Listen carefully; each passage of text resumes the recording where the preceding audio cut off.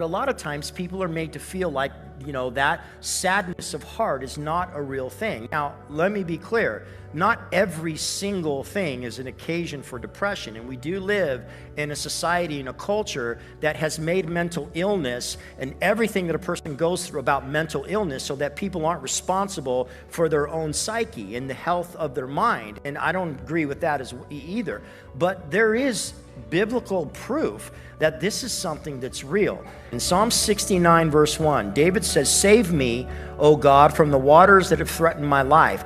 I have sunk in deep mire or mud, and there's no foothold. I have come into deep waters, and a flood overflows me. I'm weary with my crying. My throat is parched. My eyes fail while I wait for God." He says in verse 8, "I've become estranged from my brothers." In verse 10, "When I wept in my soul with fasting, it became my reproach, and with sackcloth and clothing, it became a byword." And he says, and I sat and listened to the people, and they talked about me in verse 12, the song of drunkards. And David's saying, look, when I was estranged from my family, when Saul was chasing me all across the countryside, that was a real depression of the heart there. I couldn't be around my family. I couldn't be around my friends. I was basically isolated and alone.